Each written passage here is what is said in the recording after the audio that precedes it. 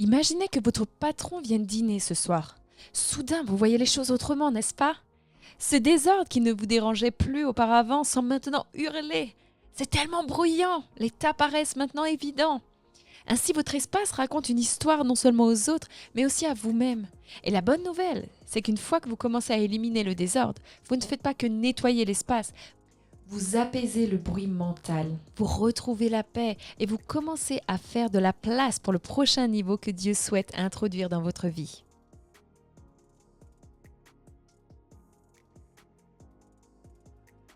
Hey, je suis Terry Savelfoy, votre pom-pom girl de rêve. Aujourd'hui, je vais vous poser une question qui peut sembler un peu gênante, mais qui est en réalité très libératrice. Que révèle votre espace sur vous? Pas ce que vous aimeriez qu'il révèle, ni ce que vous espérez que les autres pensent, mais ce que votre espace exprime vraiment en ce moment. Vous savez, le Wall Street Journal affirme que les placards peuvent révéler l'état mental des personnes. En d'autres termes, ce qui se voit à l'extérieur reflète souvent ce qui se passe à l'intérieur. Laissez-moi expliquer. J'ai entendu une histoire fascinante sur un homme qui voulait louer une maison. Il a pris rendez-vous pour une visite avec le propriétaire. Et quand il est arrivé, elle a commencé à lui poser des questions, et non pas sur la maison, mais sur la voiture qu'il avait. Elle a demandé depuis combien de temps il l'avait, s'il l'aimait, si elle roulait bien. C'était pas une voiture de luxe, c'était juste une Honda Accord. Après la visite de la maison, la personne a dit « c'est parfait ». Et la propriétaire a dit « t'as de l'intérêt ?» Et il a dit « oui, bien sûr ». Et elle a dit « tu es la seule personne à qui je le louerai ». Et il a dit « mais pourquoi ? Tu es la seule personne qui garde sa voiture propre. » Et elle a dit d'après son expérience, si quelqu'un prend soin de sa voiture, il prend soin des propriétés. Et il a signé le bail juste comme ça. Ce que je veux dire, c'est que votre sens de l'organisation ou votre sens de la désorganisation en dit long souvent avant même que vous ne prononciez un mot. Jésus le dit ainsi, c'est à leurs fruits que vous les reconnaîtrez. Brian Tracy dit quelque chose de similaire, tout s'écoule de l'intérieur vers l'extérieur. Lorsque vous vous sentez confiant, maître de vous, votre environnement est souvent le reflet de cela. Lorsque vous vous sentez submergé, frustré, découragé, la maison, votre voiture, votre bureau, vos placards reflètent souvent cette confusion. Les psychologues estiment que l'environnement domestique reflète l'état émotionnel. On pourrait le dire ainsi, si vous perdez toujours vos affaires, c'est peut-être que vous vous sentez perdu. Si votre maison semble hors de contrôle, c'est peut-être que votre vie l'est aussi. Si le ménage vous submerge, peut-être que tout vous paraît insurmontable en ce moment. Mais en vérité, le désordre épuise la motivation. Il vole la tranquillité et il dérobe silencieusement l'énergie dont vous avez besoin pour réaliser vos rêves. En fait, un site spécialisé dans l'organisation a comparé le désordre à un tout petit qui se tient à côté de votre épaule et qui dit « bonbon, bonbon, bonbon, bonbon ». Et même si vous essayez de vous concentrer, ça vous épuise littéralement. Hazel Thornton, organisatrice professionnelle, dit qu'il n'y a personne qui l'appelle qui ne soit pas frustré, stressé ou en proie à un sentiment d'inadéquation. Elle a expliqué que c'est toujours plus une question d'émotion que de choses matérielles. Et c'est vrai, le désordre ne concerne presque jamais les objets uniquement. Pourquoi gardons-nous toutes ces choses ? Souvent, c'est par peur. Je m'en étais jamais rendu compte. Mais c'est la peur. Peur de gaspiller de l'argent, peur de perdre des souvenirs, admettre un échec, peur d'en avoir besoin un jour. Par exemple, un tapis de course que vous n'avez jamais utilisé, les vêtements trop serrés dont vous ne rentrez plus dedans, les vieilles lettres d'amour, les objets liés à des périodes douloureuses de votre vie. Voyez-vous, parfois se débarrasser de certaines choses donne l'impression d'abandonner. Mais non, mais c'est en fait un choix de liberté. Lorsque la maison est remplie de souvenirs du passé, c'est difficile d'avancer vers l'avenir que Dieu a prévu pour nous. Mais faire de la place crée la liberté. Lorsque le désordre disparaît, quelque chose de puissant se produit. Les gens respirent différemment. L'atmosphère change, la lourdeur s'envole. C'est littéralement le cas. Vous savez, les organisateurs professionnels disent que c'est une forme de thérapie, un mélange entre un thérapeute et une femme de ménage. Vous m'avez sans doute déjà entendu dire qu'il existe un lien direct entre organisation et succès. On raconte même que une fois que les clients remettent de l'ordre dans la maison, c'est incroyable, mais beaucoup perdent du poids, se libèrent des dettes, rompent des relations toxiques et trouvent de meilleurs emplois. C'est fou, non ? Avant que j'oublie de parler du téléchargement gratuit de cette semaine, j'ai pensé à vous offrir quelque chose de vraiment sympa. Et c'est directement lié et tiré de mon livre qui dit « Désencombrer la voie du succès uniquement en anglais ». Mais c'est un chapitre complet consacré à 12 idées créatives pour s'organiser. Vous allez aimer. C'est vraiment de 12 espaces de la maison avec plein d'idées originales pour chacun. Croyez-moi, c'est incroyable. C'est pas moi qui ai inventé toutes ces idées. Je les ai trouvées et je les ai toutes regroupées pour vous dans ce téléchargement. Il s'agit de trucs et d'astuces comme utiliser un porte-serviette en papier pour organiser les bracelets. J'aime ce genre d'idées. Cliquez simplement sur le lien dans les notes et jetez un coup d'œil et voyez lesquelles vous voulez essayer. Vous allez vous amuser rien qu'en lisant la liste. Et la plupart des idées d'organisation, on peut les trouver facilement, par exemple à Action. C'est vraiment pas cher. Cliquez sur le lien et téléchargez cela. Mais revenons à la discussion sur le fait que le désordre bloque le succès. Le désordre retarde les promotions. Il sape la confiance. Voyez-vous, le confort et le désordre ne peuvent coexister. Posez-vous des questions honnêtes, par exemple. Votre garage vous semble-t-il stressant? Les valises restent-elles encore non déballées des semaines après votre voyage? Votre plan de travail de cuisine sert-il de dépôt pour un peu tout? Avez-vous peur d'y entrer? Évitez-vous d'inviter des gens chez vous? Savez-vous qu'une enquête révèle qu'un tiers des personnes évitent d'être chez elles simplement pour ne pas gérer leur désordre? Ce n'est pas de la paix. Dieu veut quelque chose de mieux pour vous. La plupart d'entre nous réalisent que nous avons trop de choses. Mais nous pensons que la solution, c'est d'avoir plus d'espace. J'ai besoin d'un placard plus grand, d'un garage plus grand, d'une maison plus grande. Mais les recherches montrent que ce n'est pas vraiment le problème. Selon des études nationales, 80% du désordre dans les foyers est dû à un manque d'organisation, non à un manque d'espace. En d'autres termes, nous n'avons pas besoin de plus de place, mais simplement de moins d'objets, de meilleurs systèmes. Voilà ce qui est fascinant. La maison américaine moyenne contient désormais des centaines de milliers d'objets, bien que la taille des maisons ait presque triplé au cours des 50 dernières années. Maintenant, êtes-vous prêts? Un Américain sur 10 loue encore un box de stockage pour entreposer des biens en surplus. Nous aimons accumuler des choses. Pourtant, en même temps, tout ce bazar influence discrètement, sournoisement la productivité, les finances, la tranquillité d'esprit, la santé, voire même émotionnelle. Ce qui est encore plus intéressant, c'est que le désordre peut s'installer si longtemps qu'on finit par ne plus le remarquer. Avez-vous déjà entendu parler du daltonisme? J'appelle ça, moi, l'aveuglement au désordre. Nous devenons comme insensibles au désordre. Ce qui nous agaçait autrefois finit par devenir invisible. On marche dessus, on le contourne, on vit avec. Et je tiens à souligner que le désordre ne se présente pas de la même façon pour tout le monde. Ce que l'un appelle organisé, l'autre le considère comme une catastrophe. Et d'une manière ou d'une autre, ces personnes finissent par se marier normalement. Et je viens de décrire Rodney et Terry. Pour ma part, le désordre est vraiment ce qui me perturbe le plus et vole ma tranquillité.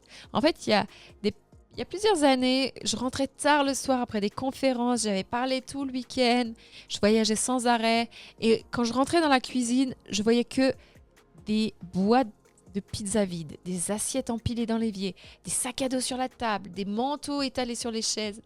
Et c'est pas comme ça que je veux rentrer chez moi, n'est-ce pas? Eh bien, au fil des années, mon mari a compris que m'accueillir avec une cuisine propre me procure vraiment de la paix intérieure. Il rigole maintenant avec ça. Je lui envoie un message quand je descends de l'avion pour rentrer et je lui dis « Que fais-tu » Il dit « Je fais la paix pour toi ». Ce que je veux dire, c'est que nous avons tous un niveau de tolérance différent face au désordre. Laissez-moi vous dire que j'ai appris que la personne qui supporte le moins le désordre finit généralement par faire la plupart du travail. Non pas parce qu'elle veut tout contrôler, mais parce que c'est elle qui ressent le plus cela, n'est-ce pas? Donc même si vous êtes quelqu'un d'organisé, vous pouvez quand même ne plus voir le désordre caché dans les tiroirs à bazar, les placards du hall d'entrée, les tables de chevet, les garages, les garde-manger. Et plus vous habitez quelque part longtemps, plus c'est difficile de voir cela, n'est-ce pas? C'est pour cela que cette perspective est utile. Imaginez que votre patron vient dîner ce soir. Soudain, vous voyez les choses autrement, n'est-ce pas? Comment ce désordre qui ne vous dérangeait pas auparavant semble maintenant hurler? C'est tellement bruyant, les piles paraissent maintenant évidentes, tout comme les zones inachevées qui ressortent clairement. Votre espace raconte donc une histoire non seulement aux autres, mais également à vous-même. La bonne nouvelle, c'est qu'une fois que vous commencez à désencombrer, vous ne faites pas que nettoyer l'espace, vous apaisez également le bruit mental, vous retrouvez la paix, vous ouvrez la voie au prochain niveau que Dieu souhaite faire entrer dans votre vie. Alors lançons les choses, j'ai 8 défis amusants pour désencombrer. Vous êtes prêts? Ok, pour pas oublier de vous demander ça, me rendriez-vous un grand service avant que je présente la liste? Ça représente beaucoup pour moi et toute mon équipe si vous vous abonniez à notre chaîne. Juste une petite seconde que vous prenez, vous appuyez sur le bouton s'abonner et ça nous encourage tellement à continuer à publier ces vidéos. Merci de le faire car vous nous aidez à toucher encore plus de personnes pour du contenu chrétien sur YouTube. Ce petit bouton s'abonner signifie plus que vous ne pouvez imaginer. Alors merci du fond du cœur d'avoir fait cela. Ok, développons ce que j'appelle l'envie de faire le tri. Faire du tri, c'est une démarche thérapeutique. Purger, ça signifie littéralement se débarrasser de ce qui ne nous sert plus, que ce soit physiquement, émotionnellement, mentalement. Écoutez ces 8 défis de désencombrement, choisissez-en juste un pour commencer. Cherchez pas à tous les faire. Vous en prenez un, celui qui vous paraît le plus facile à gérer. Vous pourriez même commencer dès aujourd'hui. Ok? Le premier défi, c'est la règle des 12 mois. Les experts disent que si vous ne l'avez pas utilisé, porté ou manipulé au cours de la dernière année, il est temps de vous en débarrasser. La plupart des objets encombrants restent par attachement sentimental ou parce qu'on pense un jour, au cas où j'en aurais besoin. Si ça ne vous a pas servi depuis 12 mois, offrez-le à quelqu'un d'autre. Numéro 2, quelque chose d'ancien, quelque chose de nouveau. Les études montrent que nous portons 10 à 20% de nos vêtements, la plupart du temps, soit 80% du temps. Je pense que c'est un peu différent pour moi, mais voici la règle. Pour chaque nouvel article, j'ai un exemple à vous montrer ici. Chaque nouvel article que vous apportez, vous retirez un article similaire. Par exemple, de nouvelles chaussures, on se débarrasse de vieilles chaussures. Pour un nouveau récipient de cuisine, enlevez ceux qui n'ont pas de couvercle, ok? Bon, je voulais juste vous montrer ces chaussures trop mignonnes. Ok, le numéro 3, c'est ce qu'on appelle le processus à faire tout de suite. Je le fais maintenant. Ça change vraiment la donne. Quand vous enlevez les vêtements, vous les mettez directement au panier à linge. Vous les remettez sur un cintre. Faites-le maintenant. La vaisselle après le dîner, directement dans le lave-vaisselle. Faites-le tout de suite. Le courrier arrive, les indésirables vont directement dans la corbeille. Faites-le tout de suite. Une experte en organisation, Sarah Felton, appelle ça la règle des 30 secondes. Ça prend moins de 30 secondes, faites-le. Car les petites actions évitent les gros désordres. Ok, 4e conseil, arrêtez le courrier indésirable. L'Américain moyen reçoit 15 000 courriers indésirables au cours de sa vie. Le désordre que vous triez sans cesse peut être éliminé à la source. Annulez les abonnements aux courriers indésirables. Voyez le plan de travail et le stress s'alléger rapidement. Ok, 5e conseil, passez au sans-papier. Évitez tout encombrement en recevant les factures par email. Plus d'enveloppes, plus de piles, plus de tri. Moins de papier, c'est moins de stress. Ensuite, le 6e conseil, c'est automatiser vos paiements des factures. Voici comment désencombrer au niveau des décisions. Vous automatisez les factures, le téléphone, les abonnements à la salle de sport, les économies, les dons. Voyez-vous, quand tout est automatisé, c'est organisé, l'esprit est libéré. Numéro 7, consolider. Demandez-vous, ai-je vraiment besoin de 7 poêles, 32 produits de nettoyage, 17 rouges à lèvres, 27 chaussettes dépareillées? Si vous avez plusieurs exemplaires, débarrassez-vous de quelques-uns car plus d'espace signifie plus de tranquillité. Très bien. Passons au numéro 8, le défi de désencombrer de 30 jours. C'est celui que j'aime le plus. Il est amusant et puissant. Voici comment ça fonctionne. Premier jour, vous retirez un objet dont vous n'avez plus besoin.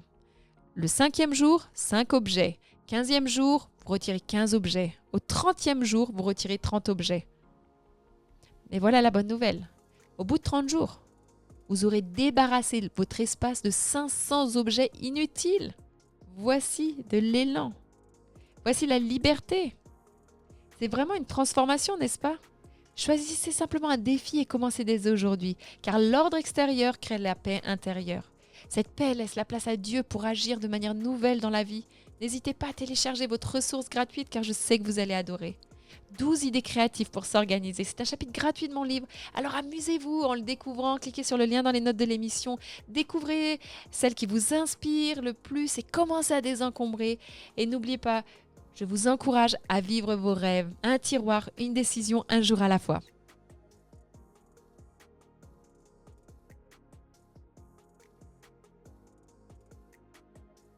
C'est pourquoi j'ai créé mon cours Tableau de vision, un programme en 6 modules avec des fiches pratiquées, des outils et des ressources pour t'aider à concevoir ta vie avec clarté et intention.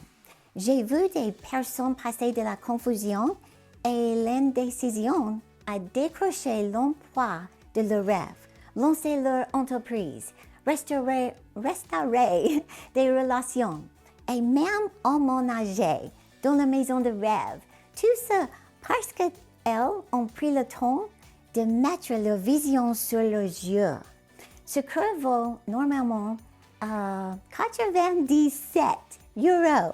Mais en ce moment, tu peux obtenir le programme complet pour seulement 10 €. 10 €! Alors, nos reports passent à plus tard. Va sur francedeterry.com/visionboard pour commencer. Je te promets, quand tu changes ce que tu vois, tu changes ce que tu vis.